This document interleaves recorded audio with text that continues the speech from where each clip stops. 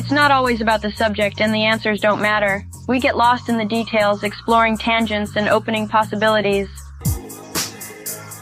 We uncover surprising connections and follow ideas wherever they lead. Themes change and conversations flow, mostly sideways. We like to say we're veering off course, but really, we're just off topic. Did you hear? Oh, yeah, recording. Yeah. Where's our song? I do that in post. He needs the song. Oh, I mean, that was a good song that we just heard. It really sums up It what sounded we do better here. this time. I thought it was clearer and much more precise.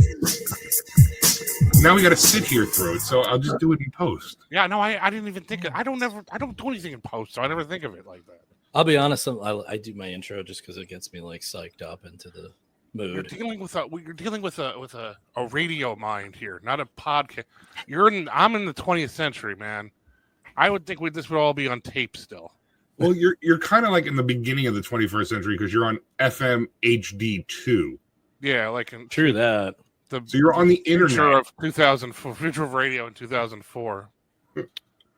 Can I tell you when the Mets were playing in the Dodgers, I had to go like pick somebody up, and I was like, "Fuck, this is a good game." And then like it was that game where everybody scored runs for the first like 6 or 7 innings, which was the game 5, I guess. But like I went to go pick one of my kids. Who the fuck knows anymore? You still have those kids, right? I don't know if they're the same kids. I just picked them up. Well, I grab them from school, but I mean, it could be anybody. You just picked up a kid. I don't ask for ID when they get in the car. But, Sorry, go ahead. I cut you. I was trying to find like the sports channel again was weird. Oh yeah, I know. I'm like, it's not 660. I think it's 880. Isn't No, it? it's something else now. Yeah, it's like 880. I finally found it. I had to do like the little thing where it scrolls through by itself. And they have a bunch of HD channels too. It's weird. Like they have a game on, then they got somebody else on, like simulcasting with it and stuff. So I should do the intro. Yes. Yeah. I'll be all right. So today we're going to talk about obsession a little bit. Who's going to talk about obsession? We are. Who Jay are Burke we? and what's that? Collectively? Do we have a name collectively? Yeah, the name of the show. Oh, off topic. Or on off topic. Yeah. With Lou Capetta or whatever his show's called. The day after we recorded it, I couldn't believe it. I'm like, man. I told him too. I texted him. We almost called him that night about the rap thing. The little rap thing we got. Oh yeah. I don't know enough. He goes, I would have loved it if he called. That would have been great. Like we could have put his picture on the screen, like just like a headshot. Oh, like when ESPN on the phone. Yeah, exactly. That's breaking news. Just find the worst picture of him as you can find. Yeah. Breaking news. Juan Soto will sign with somebody this offseason. We have Lou Capetta on the phone. Now, Lou, you said third base put out a diss track for Vanilla Ice. How true is that? Anyway, so it's about obsession. We're going to talk about obsession. Now, yeah, which is funny because that was the song I picked for apparently I have some kind of ongoing thing. But, and I didn't really know how to explain it to you guys on how to do this because mine's very specific and it's 2 things, but it's kind of like almost the same thing. But it's not there's a broader umbrella that these 2 things might fall under. So I'm sorry, I didn't mean to cut you. I like when you brought it up at first, I didn't know what kind of obsession you meant. Like, are you obsessed with baseball? Are you obsessed with this? Or are you like me? Like, are you obsessed with making fun of women with giant gums and little teeth? Like, I can't. Like, I'm obsessed with that. So much, but it's just I'd say more of like a hobby. Yeah, I'm a hobbyist. Like a weekend thing. Yeah. No. Well, it's kind of fitting that we're doing it now. The first thing, I have 2. I really like 2, but I can talk about them for 3 hours. And of course, there's hundreds and thousands of hours and books and things on this. It's Kennedy assassination. Anytime I start seeing something, and of course it just passed. So anytime something passes, he just got killed. Which one? You didn't specify. That's true. I didn't. Well, the second, the Robert F. Kennedy one's kind of interesting, but I don't know. Part 2 is never usually as good as part 1. We covered that last week. I will say I got obsessed a little bit with Robert Kennedy this summer, but I'm going to let Sean keep going. You're right there, Sean.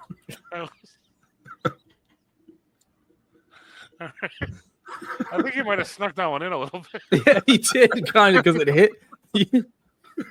That was kind of like the grenade got thrown into the bunker and it didn't go off right away, and we all just looked at each other and waited. Well, yeah. So, I didn't want to say because I didn't want like conspiracy theories and all that shit. I'm not really a big conspiracy theorist on a lot of things. If you tell me, something, I don't know, they're putting fluoride in the water. I don't give a shit. Like I'm gonna start. They do that. But that's not a conspiracy theorist. That's terrible. Like flat earthers, I'm like into that shit. I don't care like why they think it's. I don't give a shit. None of that stuff I care. You can probably name 10 or 15 conspiracy theories in a row, and I haven't even looked into any of them. But like, it's not like, so I'm not. I wouldn't say I'm into conspiracy theories. I just, and it's funny that the three of us are doing this because we saw JFK together when we were like 12. I knew that was coming up. In Burger King, there was a gummy bear on the screen the whole time. I'll never forget that. He did it. The gummy bear did it. He was in perfect position, and then of course, like so. And I don't know why I'm obsessed with it because it's not like I kind of think like, oh well, this like I'm gonna solve it. Like, oh, it was Norman Mailer the whole time. Why didn't anybody see this? It's right here. You're like the beautiful mind. It's like all the things are going past, and you got one of those boards with the string. Yeah, I have a cork board with a bunch of strings attached to it. And go, well, obviously, when LBJ turned around, that was the signal, and the guy with the umbrella, there's the umbrella guy, and there's the there's so much shit in it. And it's like I don't even know what I think anymore about it, but it's like every time something's on about it, I'll watch it and I'll like if I see an article about it. Last night I was scrolling through my phone and somebody posted a video, an hour and a half movie documentary on the woman who put up Lee Harvey Oswald and his wife in Dallas, and how that she might have been a CIA operative, and she's still alive, but because she gives the same answer, she's been on a ton of talk shows. She participated in that thing when they did the Lee Harvey Oswald trial in the 70s. That was for TV, and she gives exactly the same answer, same verbiage and everything, and that's why they think she's a CIA operative. It's like I don't know if I'm fascinated by the actual event anymore, or just like how crazy everybody around it is. But it's like I can't stop. I can't, if I see something, I gotta jump into it. It's funny, which I'm sure when I'm doing it, the wormhole YouTube thing at 3 a.m.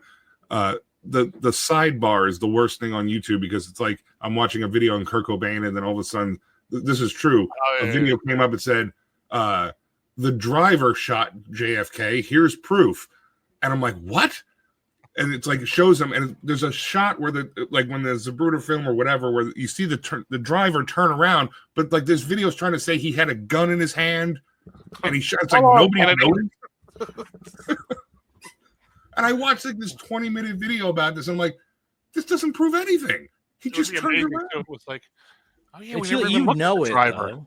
I know a lot of times clicking on it, I go, please don't click on it. Yeah. And I click on it. Yeah. So I know it's going to be horse shit. With I know it. Or whatever. Yeah. And I do it anyway. It's like, I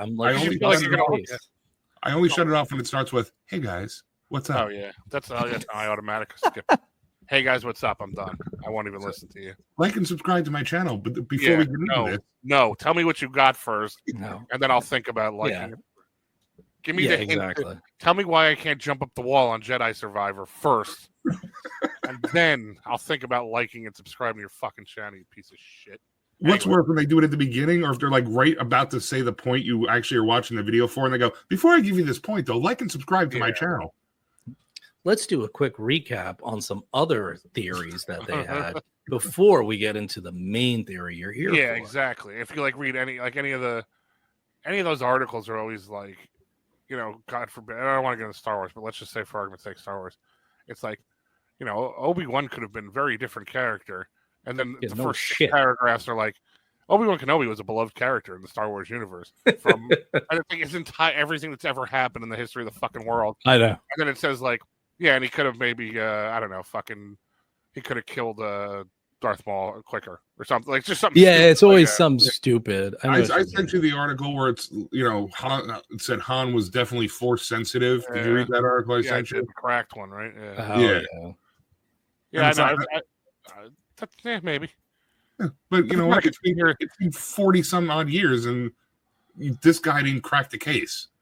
Exactly. Well, look, I mean, I'm obsessed with this thing.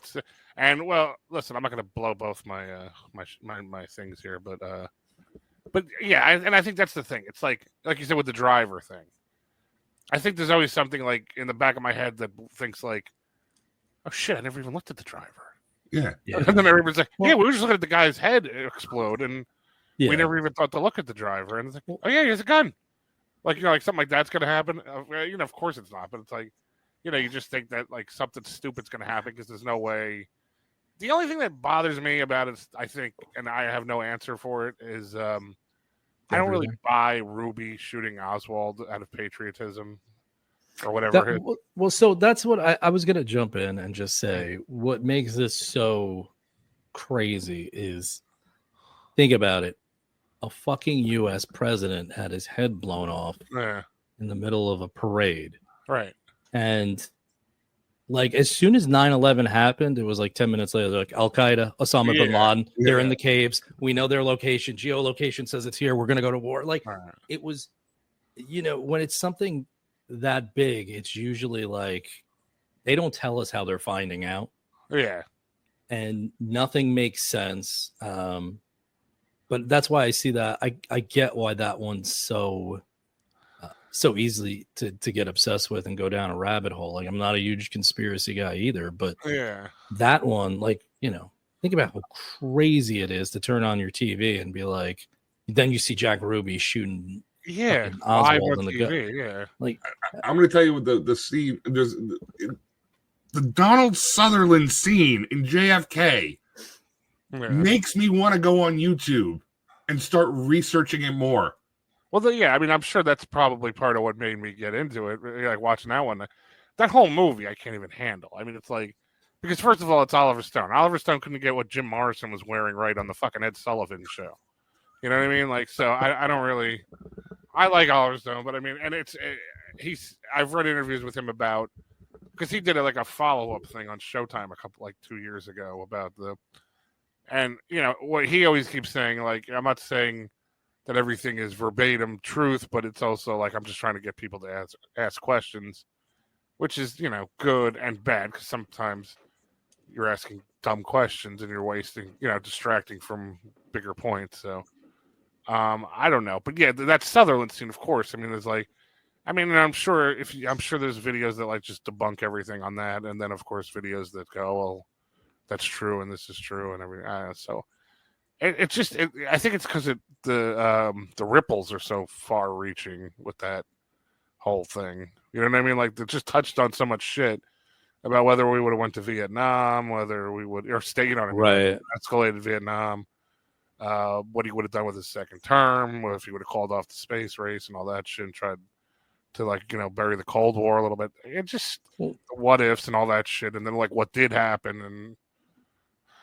I've always heard the CIA angle was like he got too into shit, and then the CIA was kind of newer. I mean, they came out in I want to say 47, 49. Yeah, it was right after the Cold War. They were terrible. Like they were the worst functioning organization you've ever seen. Like they just spent money and had people recklessly killed everywhere, and you could just fool them. You'd be like, that democratically elected government in Iran.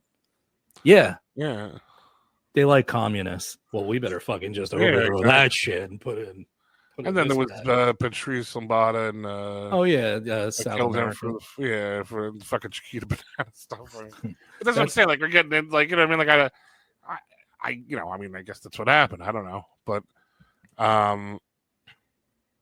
it almost feels like it was like internal, or the Russians did it, and you didn't want to start like third World War or something. But I kind of think, I don't know what I think. I don't really know what I think happened. I mean, they say now that like they can prove that he probably did make the shots and all that stuff. Yes, but it's still like to be quite theoretical, insane. Yes, I mean it's an insane dude. That's a. I mean, listen, anybody gets lucky, right? Yeah, in like one day out of the year or whatever. But and you know, I'm not a conspiracy theorist either, and I'm not a this is exactly what happened kind of like, you know, with the whole he took all 3 shots. But like, you know, in this day and age, and even back then in '64, what was Watergate within a decade? Yeah, Watergate is 74, 75. Yeah. Well, when he steps down, it's, I mean, that's kind of like a ball that got rolling and then eventually took him out. But how's that for timing? Yeah. No, I was saying Watergate's like 9 years later. So Watergate starts in 72, right? But he resigns by 74. So it's, what I was saying was, Sean, was that it was like, you know, I'm not saying I'm a conspiracy theorist, and I'm not saying that I believe that it was just what's his name up in the book depository, but it's like, you know, Watergate was broken at a hotel because they saw, you know, lights go, you know, and it's, you can't keep a secret. Yeah. Nobody can keep a secret. A lot of people got killed too. Yeah, though that's why I don't just believe one thing or the other. But like, you know, why I don't believe any 9/11 conspiracy theories, because it's like, you can't, especially in 2001, you can't keep a secret. So in '64, yeah, a lot of people got killed, but somebody at some point probably would have been like, listen, there's a little bit more to it than that. It's not like Donald Sutherland sitting in the park with Kevin Costner, you know. Just somebody would have said something, like they would have told their grandmother, and the grandmother on her deathbed would have been like, I have all this information. Yeah. I mean, I tend to, I agree. Don't you think Trump would have said something if he saw? I don't know. I don't know, because he was going to release everything, and then he didn't. Yeah. They were like, why? We'll release the Epstein stuff. Oh, wait. Oh, wait, we can't. We don't actually have access to it. Yeah, that's not gonna matter anyway. That whole thing. It doesn't. None of that shit matters. Like whatever. It doesn't matter. Yeah. And that's the other thing. It's like I don't know what it matters anymore. I don't know how much of a. I don't think generationally that's going to be something that goes, like, you know, people are going to give a shit much more about the Kennedy thing, because. Well, now this guy's. Just in general, I mean, that there's so much other shit that goes on. Well, little nephew might bring up something about it. His little nephew might bring something up about it. Oh, RFK. Yeah. But RFK for the new generation is going to take some of that heat out of the whole thing. Right now, it's like, I mean, to my kids, it's probably like, oh yeah, somebody got shot. Like, I don't know, you know, William McKinley. Does it fucking matter? Like, you know what I mean? Like, I just happen to know the name. You know what it is? They don't really have. I mean, and that was like some guy walked up and shot him, and they tackled him and beat him and whatever. Yeah. I mean, I guess the idea that there's so much, you know, like, controversy surrounding it. But I mean, I guess, you know, I don't know. I think at some point it's gonna just kind of be like, well, somebody fucking shot him. Well, you know, it's weird having the perspective of, well, we're all basically the same age around, so much younger, but much younger than most people think, though. It's weird. It's weird to have that perspective of like shit that happened 20 years, right? Like 9/11. Like, to me, there's a clear delineation of a world pre 9/11 and post 9/11. Yeah. Same thing, I'm sure my dad with Kennedy or whoever lived through it, your parents. And my kids are kind of like, oh, yeah, I know about it. But like, I'm like, dude, this was a big deal. You know what I mean? Like, a lot of the jokes you made on the plane in 2000, you couldn't have done it. That was just good timing. I mean, I got my last salvo in. I was Jay Burke's last set on a plane. Good night, everybody. I used to... When I walked up to the front and I adjusted my tie, I was like, hey, grab a cocktail. We're in for you. Watching the planes, they go, well, I'm finished. Well, you know, I had nothing to do with it. It totally took away my whole schmeal. My industry gig was done. You were booking sets on other planes. You're like, God damn it. Cancel all my appointments, Marty. So that's my first one, and it's like I said, I'm not a conspiracy theorist. I don't get the Jack Ruby thing. I think that's the thing that always kind of stuck in my craw about the whole thing of how. Well, it's so fucking dumb. Anyway, like, wouldn't you want the guy alive to find out? I don't know. Whatever. Well, like, yeah. Did he really yell Oswald as he shot him? Oswald! Oswald! It's like, come on, Brian Doyle Murray. You probably didn't do that. Yeah, so I mean, I don't know. I mean, and I guess, like I said, we saw it when we were kids. We saw that movie. I don't know how did we were we supposed to go see something else? We had a long talk on my show, me, you, and Blooms, which is actually one of my favorite parts of that, because we're trying to explain to Blooms how young we were. Yeah. Going to like, because I think I was 12, so that would put you guys at like 10 or something. 10 and 11 or something like that. It was like, and that was a complicated movie. It was like 3 hours, and we're just sitting there like, but we were like the front row. We were like, yeah. I think, but I said this on my show. That's on the alternative Christmas extravaganza. I think that the one about alternative Christmas movies. That would have been great for this show, actually, but I was ahead of my time. Sorry, Ron. But we were talking about how, we're trying to explain to Blooms, like, we used to get dropped off. Our parents would play cards. It was cool. They'd be up late. They'd get shit faced, whatever. But before they did that, they'd drop us off in a movie, usually. But I don't remember ever seeing anything like. I don't remember a lot of the movies that we even saw. No, we stood in line and we saw Freddy's Dead. Yeah. I think Jay, was it you and me that went to go see True Identity? And we were the only two in the theater, and we were like putting our middle finger. We were like putting our middle finger over the projector because there was nobody else there. True Identity, a movie that nobody who's listening to any podcast anywhere has ever heard of.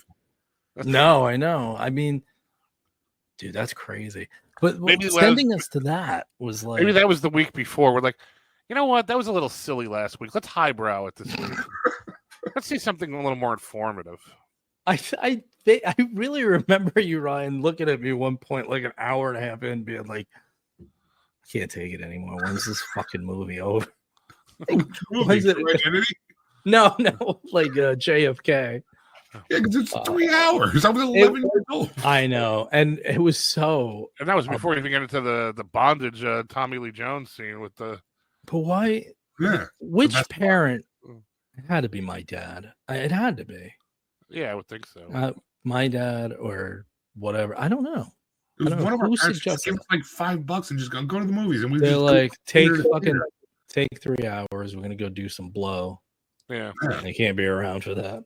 I don't know. I mean, that was just like, I remember being interested in it though, but like it started to get so over my fucking head. Like, I think I wonder if something else, we were going to go see something else and it sold out or something. That's the only thing I think. Is that what happened? I think we just kind of saw every movie that was playing. Oh, maybe. It's like, well, we haven't seen JFK yet. We'll take 2 tickets a cop and a half, and then we just snuck into JFK. That is something, though. Like, yeah. Look at these nerds. These nerds passed up a Burt Reynolds movie for JFK. Well, it's funny. I guess I could throw in a little mini obsession. So this summer, believe me, actually go on. Yes, this summer I had some free time on my hands. So. Oh boy. So I was obsessed with one. I started watching this Netflix show. What is that? Aftermath or whatever it's called. It was about the bomb in the Cold War. It was like a 9-part series. Flashpoint or something. I think it's called, because they did a War on Terror one. But this one, the one with the Flash, where he changes the timeline and then Bruce Wayne gets killed. And but he left us all here. I don't like it.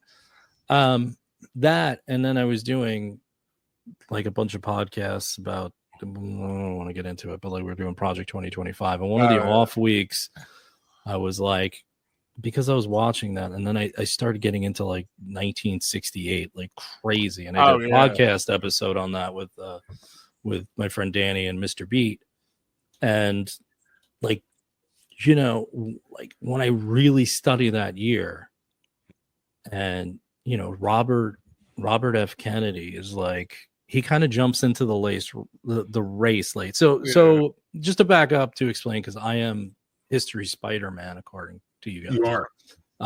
Just to put the web together. So 1968 obviously is the year that rocked America, we could say. I actually think that's the beginning of the conservative movement, but whatever you want to, we don't have to get that deep into that. It's going to happen though at some point. I'm just going to go off. Topic. Off topic. No, so 1968 LBJ, after winning in a landslide in 64, 61% of the popular vote, and I want to say 400 and something electoral college. Yeah, like everything except I think Arizona, because Goldwater was from Arizona. Yeah, and what's funny? Like, think about him. I was asking this question on my show. I was like, he has passed legislation that is solid as fuck. Like, it will be here probably forever if we just don't tumble and fall off the cliff. But he's passed Social Security, Medicare, the student loans, Civil Rights Acts. I think he has two civil rights. The Fair Housing Act. But he was. If it wasn't for Vietnam, exactly. Yeah, Vietnam is totally. Yeah, he would be like one of the top tier presidents, and he's probably mid because of Vietnam. And so anyway, he doesn't accept the nomination. And there's a whole runoff, and Robert F. Kennedy gets into there late in the game.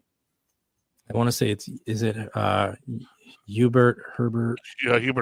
Hubert Humphrey, right? Okay. Yeah. And, who was basically LBJ. Yeah, he was a little vanilla. He didn't really have much personality. He was a little vanilla. Yeah, but he was going to do whatever. Yeah, he was. Whatever LBJ was. Yeah, LBJ just was taking himself out of it. But yeah.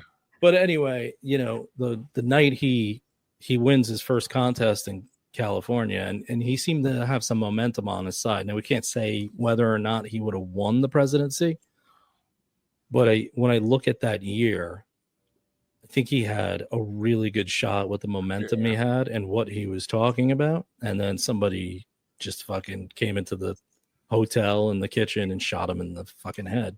Yeah. And he lived for a little while with a bullet in his head, but and that's two Kennedys in like 5 years. And he was the one who, he would have been maybe the better.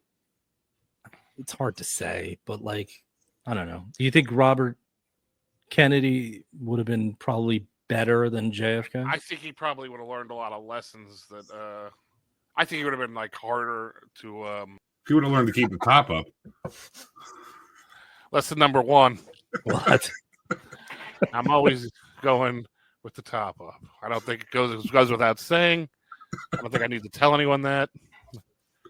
Yeah, I think he would have been. I think he would have been good, and I mean, at least I think he was more of a. He was like the bulldog for JFK. Right. And I mean, but he got that whole thing with going after the mob and labor unions and all that shit. So, I mean, that's why there's always like a little, mystery around that shit too. I mean, not as much, I don't think, but I mean, the guy like walked up to him and did it. And that guy doesn't remember doing that. Still. Yeah, Zaran, I want to say is the name of the. I read something that was a whole like conspiracy theory about the CIA brainwash. Oh, that's right. He has a. What do they call it? Like the Manchurian candidate? Yeah. So I got into that a little bit this summer with that. I mean, you had Martin Luther King that year. You had the fucking Chicago. 3 months between 3 months each other. After, yeah. Because I remember he gave the speech. He gave it like a really pretty big speech about Martin Luther King. Dude, the night he died. That was off the cuff. That was like one of the most amazing speeches. That's the only city though that didn't riot. Yeah. And it was because of him. So I mean, he had so much influence though on civil rights and stuff. So yeah, he had a lot of, and you're right, he had a lot of momentum and everything. And I don't know, it's pretty fucking horrible. I mean, that's another one where it's like, I think that was like the last gasp of the '60s. Really, I mean, Yeah. Fucking because you had the Chicago convention where the police beat the shit out of the protesters and everything with tear gas and everything else. And I was gonna say that convention is nuts. They had there was so much tear gas outside that it was starting to get into the actual hall, and the people and all these senators and people were rubbing their eyes because they're like, "What the hell is that?" And that was the Democrats. I mean, that was the ones that they were gonna and the hopeful. Well, they had the war on their record, you know what I mean? But they were also.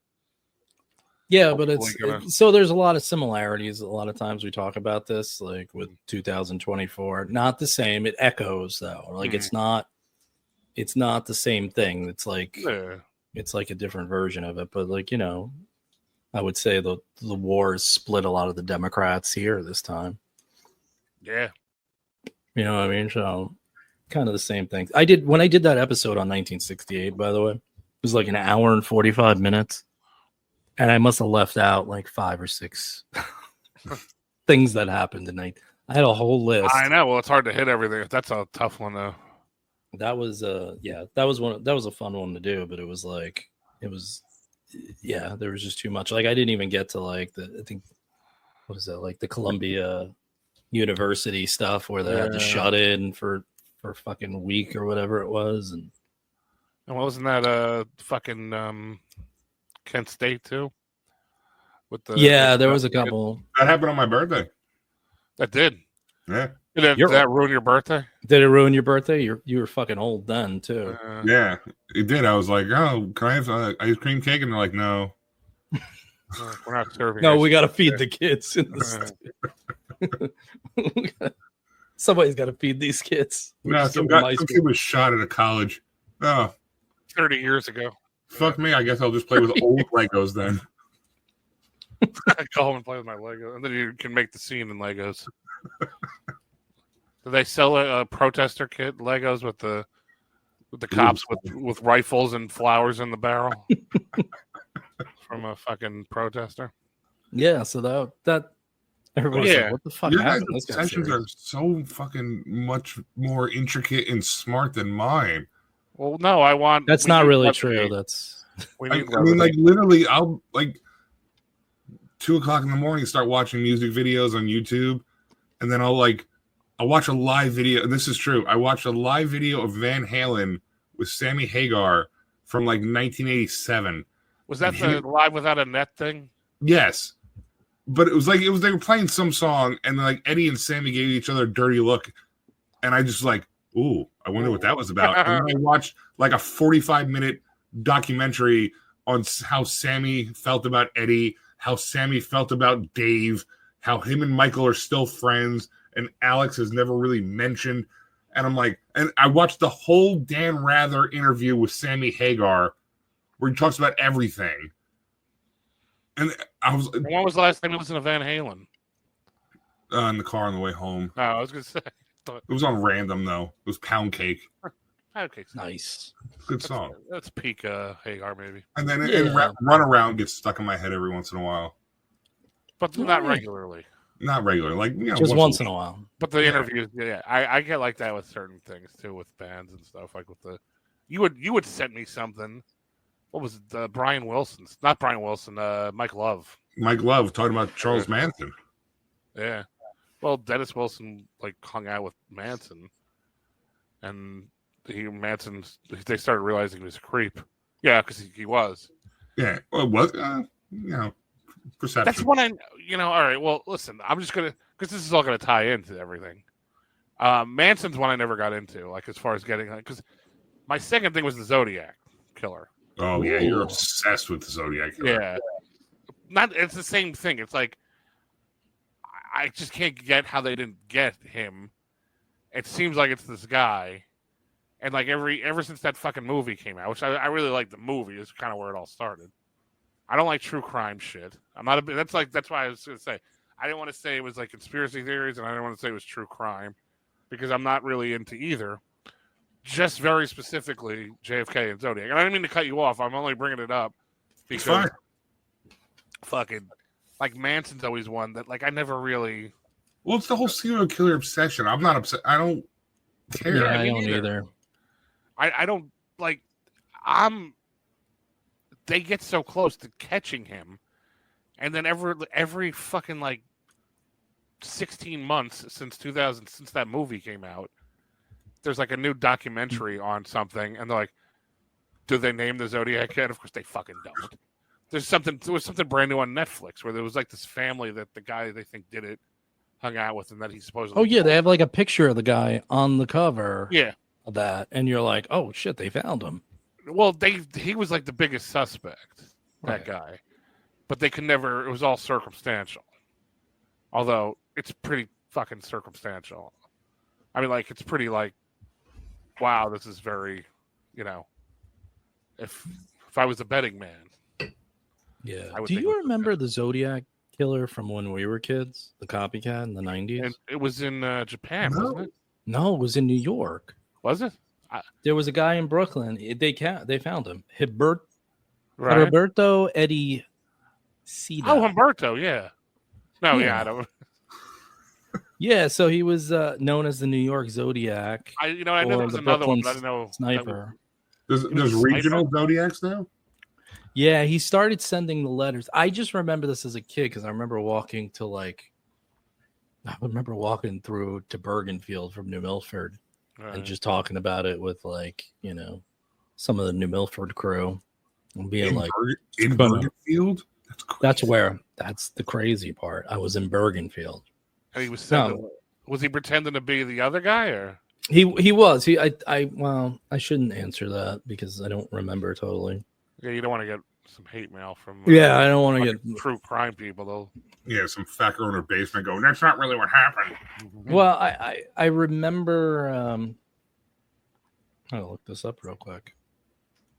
Investigation. I think he was sending letters.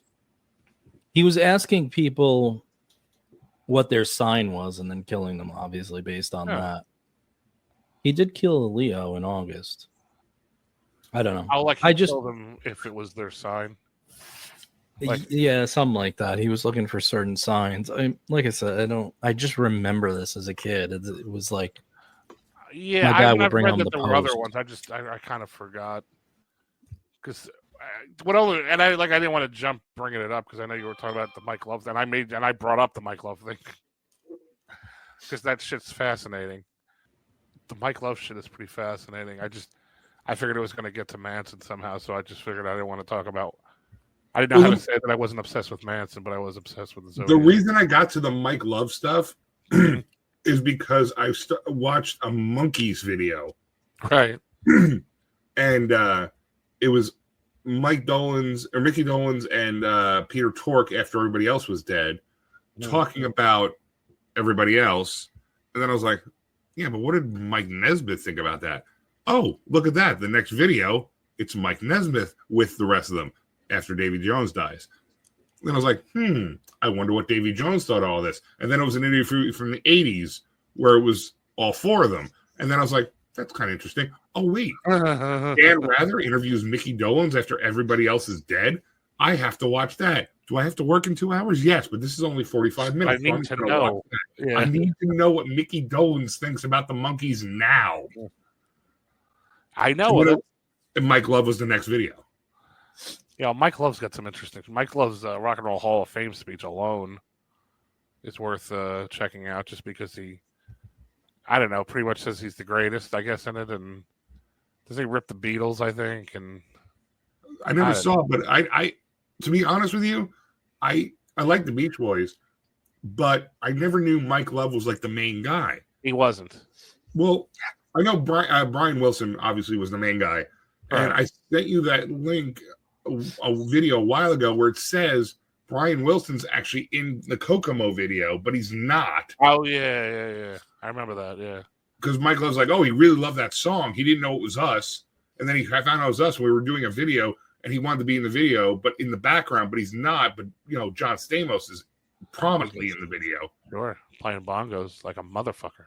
Yeah. And then they made a bunch of appearances on Full House and Home Improvement. I remember that. It was like, oh, the Beach Boys are coming out because John Stamos is a rock star.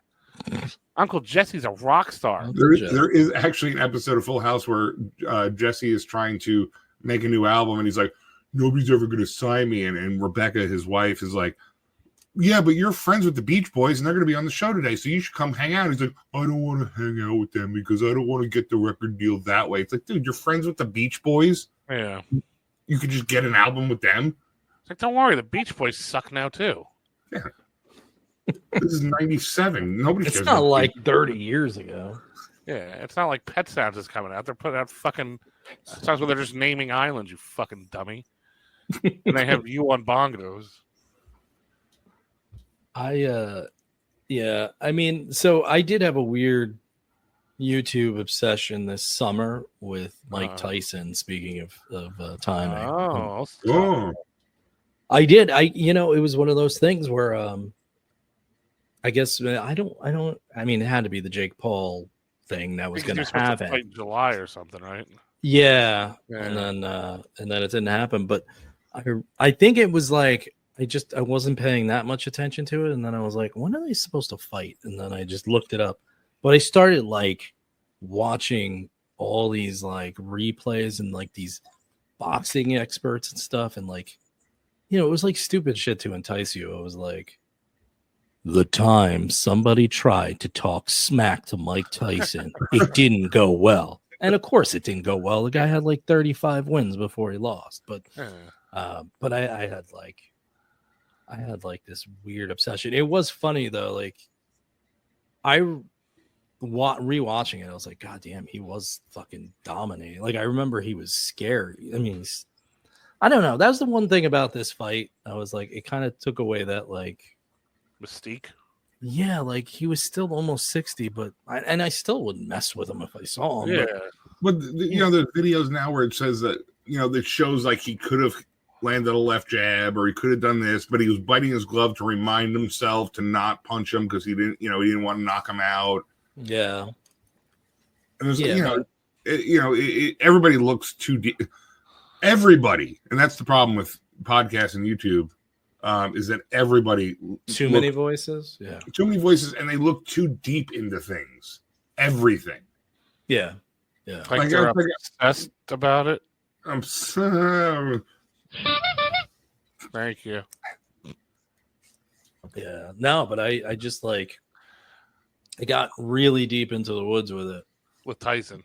Yeah, and just how scary he was to opponents. Like I think it was when he fought Spinks, and he knocked Spinks never got knocked down. By the way, before that, he finished him in like a minute and a half. That was like his big kind of arrival, I think. Like started making him like real, like holy shit. Yeah. So when he took out Spinks, supposedly Spinks was like a nice guy. He's like a legit boxer. He was a 2-time champion. Yeah, he wasn't like a he was an Olympic boxing gold medalist. So, but he was like a nice dude, I think. Like he was just, he fought. Like that's what he did and whatever. And they said that Tyson scared him to the point, like after the weigh-in, and then like the day they were going to fight, like Tyson knew he was in the next room and just started punching the wall and just saying his name, like trying to put his fist through the wall. And then so like by the time he went out to the ring, he was just like mentally, he was gone. The thing with Tyson, and I'm just checking something to make sure did he fight Holmes? I'm pretty sure. But he I think he fought him early in his career. Yeah, I mean, Larry Holmes was old. He was like 38 at that point. But he was kind of the next guy after Ali, but he was never as like impressive as Ali was. Like he was a big hitter, but he wasn't, because he beat the shit out of Ali. But Ali, I think was he was like done. Yeah, Ali had nothing left. Yeah, and but that was like, but you figure like if you look at it, if you go from Ali to Holmes, and even though they had Foreman in there. But he beat, Ali beat Foreman. But I mean, they were personalities. And then it was like, Holmes was like good, but he wasn't much of a, like a showman. And then you have Tyson just come in and just, wearing all black, fucking coming in and running over everybody in fucking 35 seconds. Yeah, that was like a big deal again. Because who the fuck, I mean, really, heavyweight wise, I mean, Ed Lennox Lewis and Holyfield, but I mean, they had to have opponents. I mean, Holyfield had Tyson. Yeah, man. But when Lennox Lewis fought Tyson, I mean, I think they were all they were both 35. Yeah, they were like 5 or 6 years past their prime.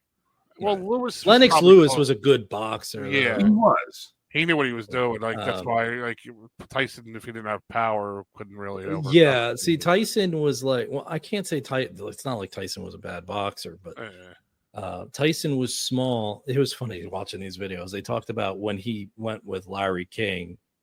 What was it? No, Larry King. Don King. Sorry, you gotta punch him. Punch him in the face. You gotta punch him. You gotta just punch him hard, Mike. Comment.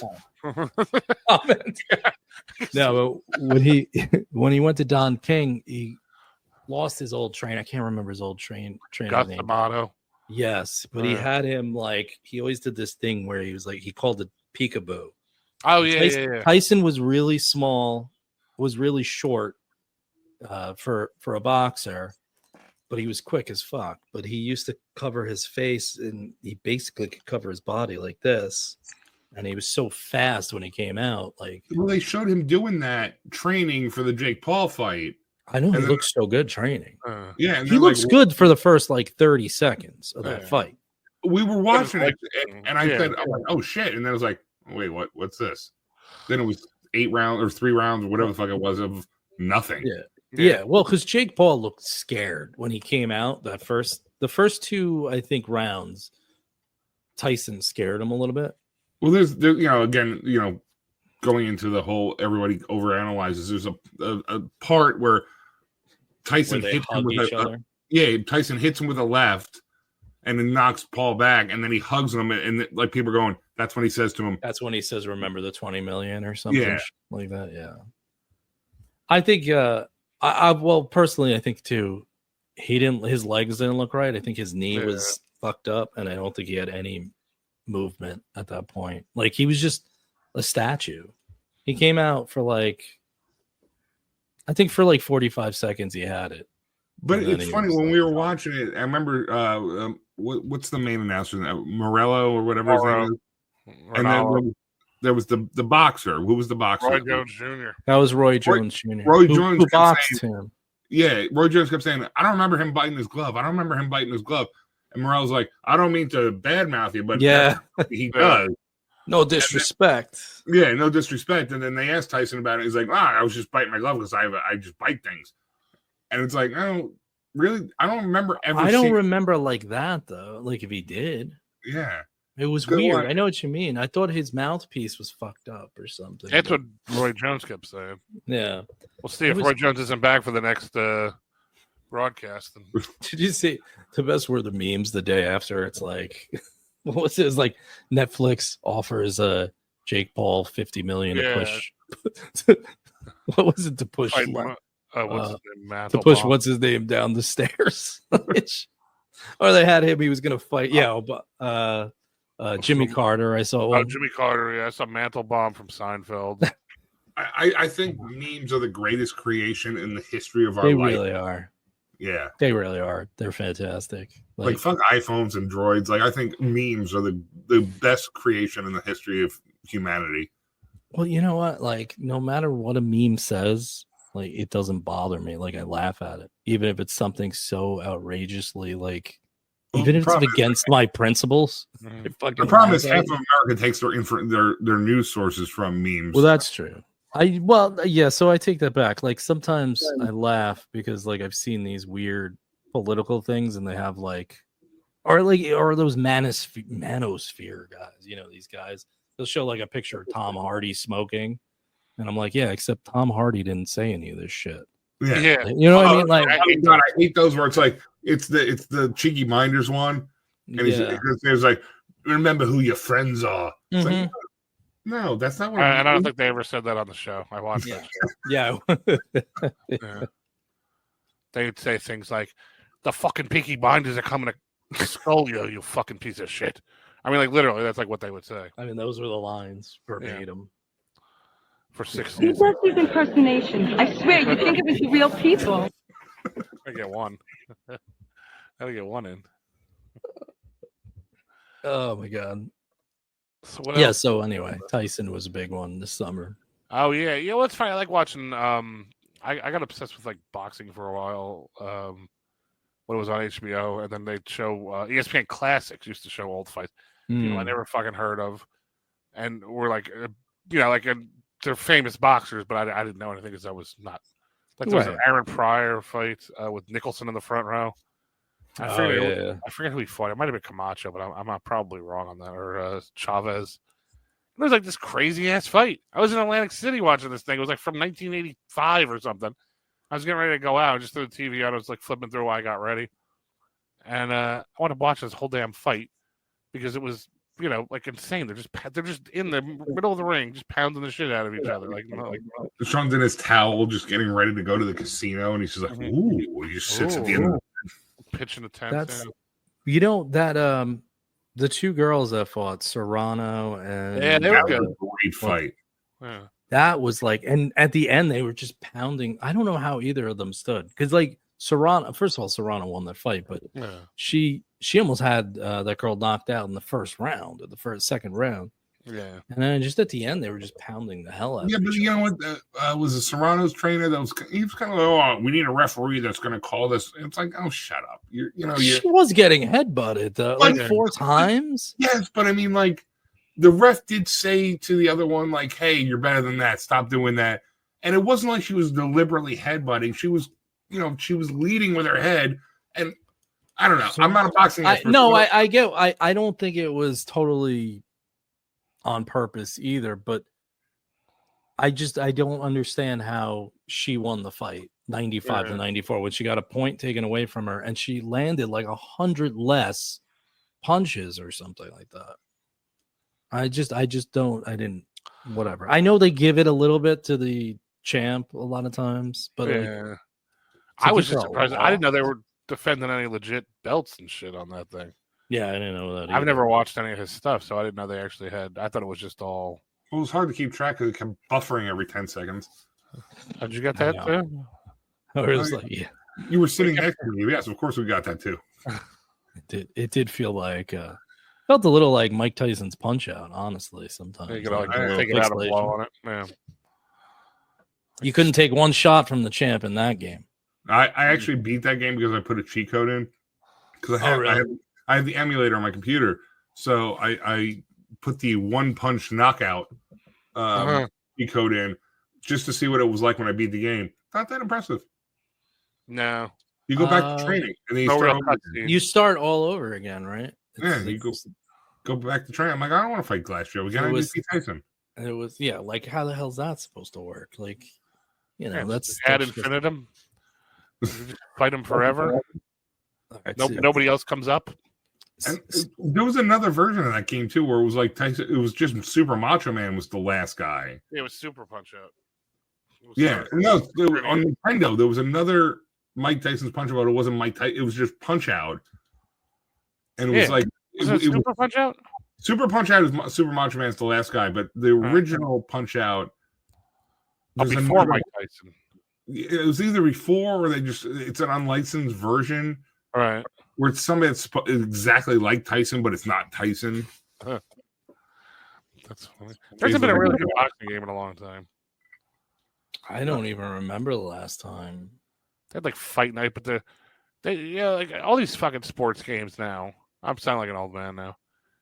There's like too much. They keep adding story to it. I don't give a shit. Oh, like the NBA, my season. Oh my god, like my career and shit like that. Yeah, it's like I like all the my career stuff, but I hate it when it's like you. Have I do too. Oh, pick your social media platform and your age. It's like no, it gets a little too.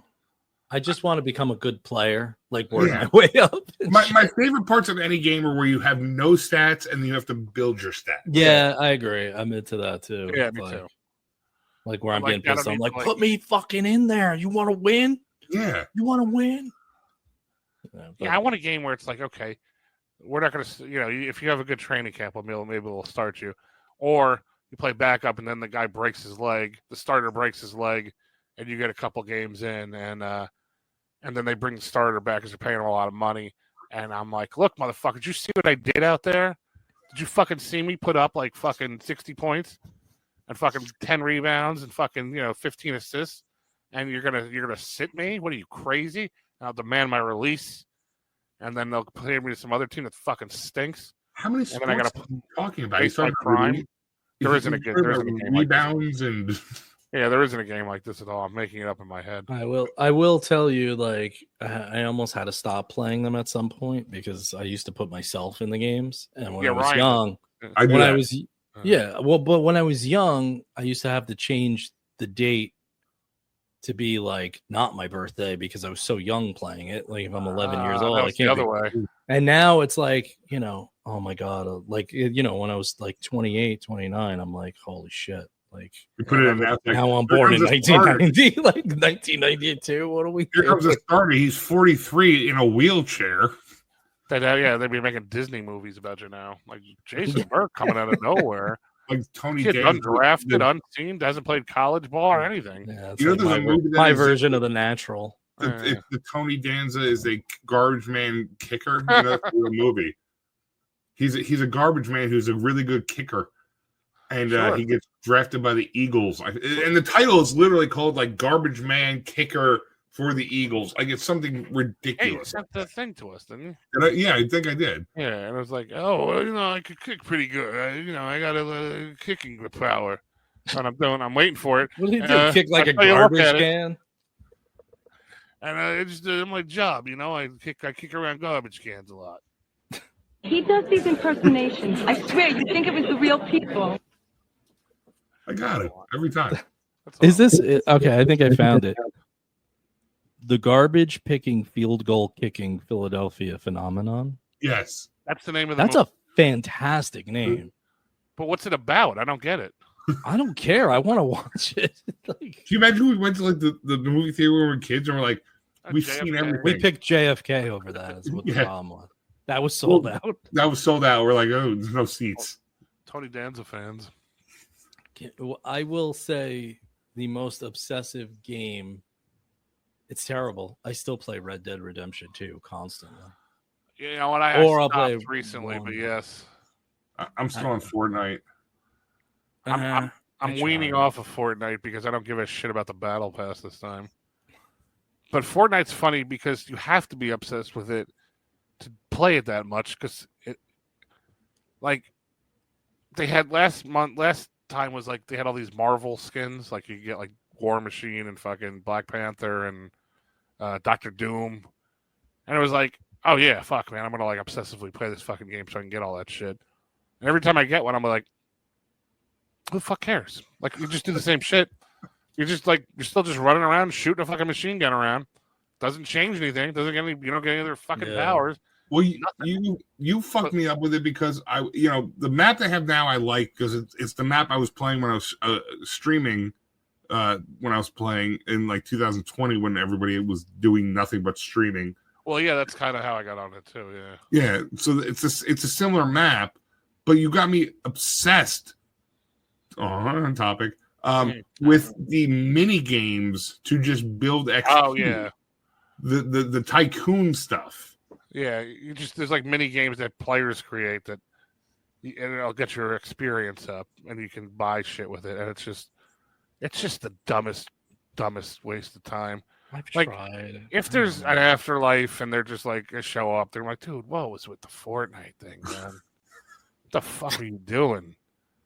One of my favorite things, just to bring up, we're just gonna have to bring up Star Wars every fucking show we do, is that they released the video of Palpatine talking. Remember that? The one somehow he's returned. He returned. They released that on Fortnite. He returned somehow. Yeah. That whole like thing that he says, whatever it is, the dialogue, it's not in the movie. They released it on Fortnite. Really? No shit. Yeah. Yeah, because Logan was like telling me about it. He's like, dude, so Fortnite is technically a part of the universe when you think about it. Well, yeah, because they just made some deal with Disney, so they're getting all the because they already had all the Star Wars shit, and that was another one. Like they have the Star Wars skins, and I'd like obsessively get. The only thing that was good about that is they had lightsabers, so you could fuck people up with that. Yeah, the lightsaber that's pretty good. And I guess they had the Iron Man stuff you could, but it still was like, who cares? You didn't need the Iron Man stuff to get anything. If you want to talk obsessively about video games, I played. This was years ago, and I still do it every once in a while. I obsessively played The Sims 4. I love The Sims back in the day. My Sims character had the greatest life ever. He was married with kids. He lived with his whole family. He had a great job. And then he's like, I'm just going to change careers. And then I got really good at that career. And he just fucking went down. With no note. No, yeah. With no note. I could fix things around the house because I had that skill up. And I could play the guitar. And I could work out. I was in shape. I had a full head of hair. Man. Wait, so what happened? He switched careers and he just what? He just... everything fell apart for him? No, everything was great. Oh, when he switched careers, so nothing. Yeah, I was like, I'm an astroscientist, but I really am really good at the guitar skill, so I'm going to be a musician. And then it's like, that doesn't pay as good as a comedian. Which except for Easy, he probably had fucking 50 million in the bank. You could fucking take chances like that. No, I didn't. I had to pay the bills every month. That's the thing. And I expanded the house. I put in a hot tub. And I was like, the bills are going. Honey, you're going to have to get a job. I'm going to have to age these kids up past teenagers so they can get jobs too. Throw into the money. They're going to live here under my roof. They're going to pay the bills. Then all of a sudden, I got 5 adults living in the house. One of them has a pill problem and fell asleep in the hot tub and drowned. And the next thing, now you have a hot tub that nobody wants to use anymore. Can't get rid of that hot tub. No. Disclosure. My adult son died in that. He had a pill problem. $300,000. No, thank you. We got to sell the house, but my son fell out the window. But I wrote a song about it. I used to really like the. I remember playing the original Sims, but the buildings. No, that's SimCity, which is awesome. I fucking love SimCity 4. That's still, probably. I've maxed a map out and then had to get them cities around it just to like get more money to that one. I know all the cheat codes too. You know what though? That was a good learning game because I realized it's really tough to be the mayor. Like I was always nicer. Like when everybody would yell about the mayor, I'm like, he's doing the best he can. There's fucking fires on the other end of town because you guys didn't want me to put up the property tax, and now I fucking fire station's 5.5 miles away. Every time I thought I was doing good, a fire would break out. You know, I would just always. That really was a very anti-capitalist game. And then you have to like put the fire station like, where the fire is to put it out. And then it's like, hey, we're losing money on all these fire stations. Like, okay, let me get rid of one. Another fire. Okay. So the fire protesters are they're picking in your fucking shit. I don't know if that really happened in that. No, it does. There's protesters in that game. There is definitely. They get mad. Yeah. Wow. At some point, you just lose total control. Yes. So it goes into chaos. The National Guard has to come in.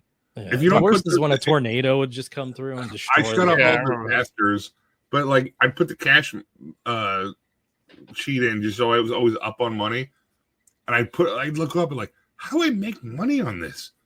Like I just want to get to the point where I'm just making money. It's like, well, you have to get to the city next to you and then make a deal with the electric and the water and this stuff. They're like, and don't build too much stuff. I'm like, but it tells me I need to build more stuff. Yeah.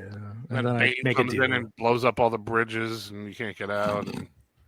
Then I make a deal with the chemical company and they're throwing it into the water, but I have to turn the other way because I got to get reelected. But now my fucking conscience is... asses.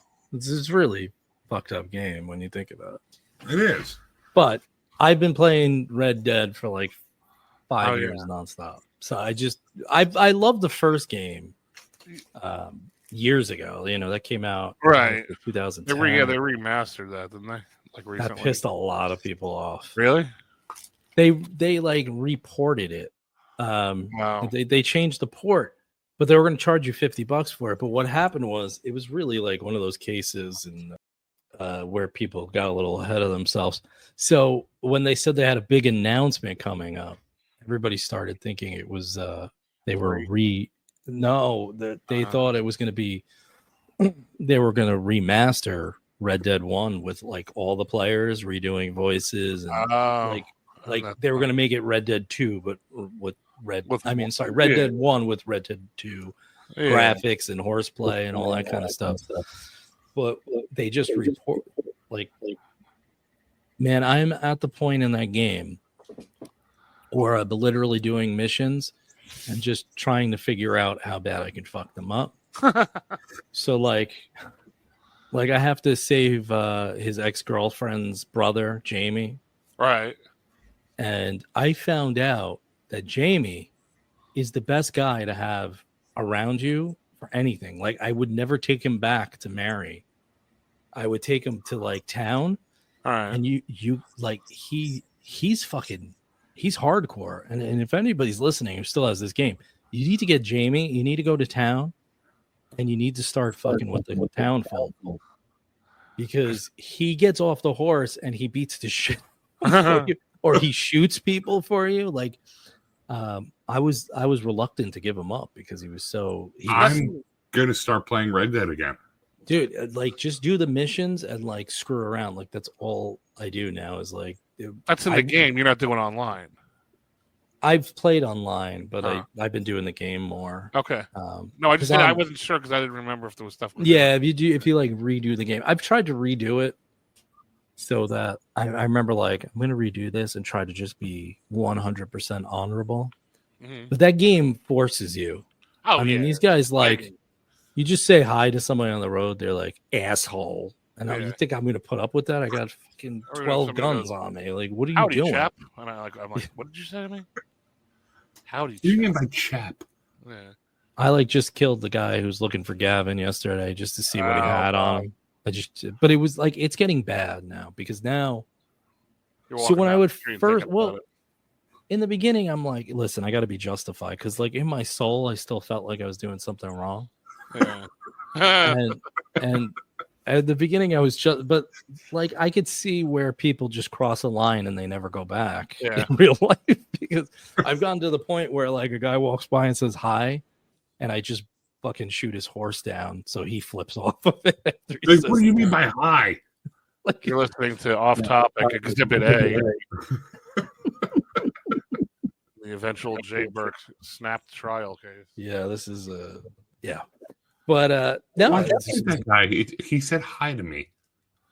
Well, it's the way he says hi. You know what I mean? Like I just I actually love the insults in that game. I don't know if you ever play around with the insults where he's like oh yeah, with the hand gestures and shit. Well, that's for online. That might be online. I don't think I played the actual game. When you play the actual game, I like when he'll be like, "It's a nice looking horse you got there." And then you press the antagonize. He's like, "How long you two been married?" Or like, "Your face, Mister, your face looks familiar. Reminds me of the last time I lifted my horse's tail." Like shit. But my favorite might be to Pearson at camp. He tells him, he goes, "If you just do an antagonize, I mean, there's different ones, but you get this one specific one where he's like, what's for dinner? Dysentery again?" And Pearson will be like, "Stop that. Why you bother me?" And he's like, "At least I know it tastes better going." What is it? "It smells better going out than it does coming in," or some shit. So stupid. Anyway, yeah, I still play that game. I have trouble playing other games though, just because it's so open world. And I was trying to play that Jedi Survivor one, like the original one, and because Logan kept telling me this is a really good game, and I'm like, why can't I just go off world and start murdering everybody? I don't understand. Like it's making me go in a straight line. Why can't I run to the next destination? Yeah, like I want to be able to do that. I don't know. Can't do it. I'm playing the second one now because I couldn't get past a certain part in it, and I gave up on it. But it's on the Game Pass. Yeah. So I finally just looked up the fucking thing, and I don't know how I figured it out, whatever. So now I'm like kind of mildly obsessed with it. Mm-hmm. But I have Outlaws. Outlaws is supposedly an open world game. Yeah. Except I've found it to be boring as shit for the introduction so far. Yeah. but it supposedly gets very good. So I'm hoping that it gets better so I can go off key and beat the start fucking with people off key. Yes, because that's why do you look like you're doing something evil? I'm listening. I'm just listening to you because I haven't played Red Dead in a while, and I haven't played any of the Star Wars games. It's all Fortnite. It's all Fortnite and NASCAR. Oh, okay. Yeah, I can see that. I've tried to download the NASCAR games, but it's like the same thing where it's like I don't know what the fuck the tire. Yeah, they haven't made a new one in like 5 years. And it's like, oh, do you want to own your own team or do you want to join a team? And I'm like, I don't give a shit. Like, dude, I just want to play. But that's even the last time I was playing the baseball ones, it was like, what do you want to raise the hot dogs to? You know like what price? Like it was like MLB like 12 or something. Sean, you're muted. It was like MLB, I want to say 12 or something, where it's like, do you want to add more grandstands? And I'm like, yeah, that's cool. Like, yeah, make more money. And it's the Madden 22, I think it was, where you started in high school and then you went to college and you played one game in each. I'm like, all right, that's kind of interesting because you have to like work your way up. Yeah. And then like 24 is like, your social media manager wants you to do this. Yeah. And then he's like, do you want to be a dick or do you want to be nice? Dude, I already have a job. I don't need to fucking. Yeah, I haven't played. I remember I got excited that MLB The Show was coming to Xbox because for a long time it was only for PlayStation. But like I don't know, I just haven't. I was playing that for a little while. Yeah. You know what? Always bothers me in those games. Like I swing no matter what. Always. Because like I never walk. I've never walked in my life. And that's what they always the hitting coach always says. Could use a couple more walks this year. Like zero walks. Like I'm batting 360. Fuck you. I have one character in the show I play. It's like I'm a starting pitcher and I'm also a catcher.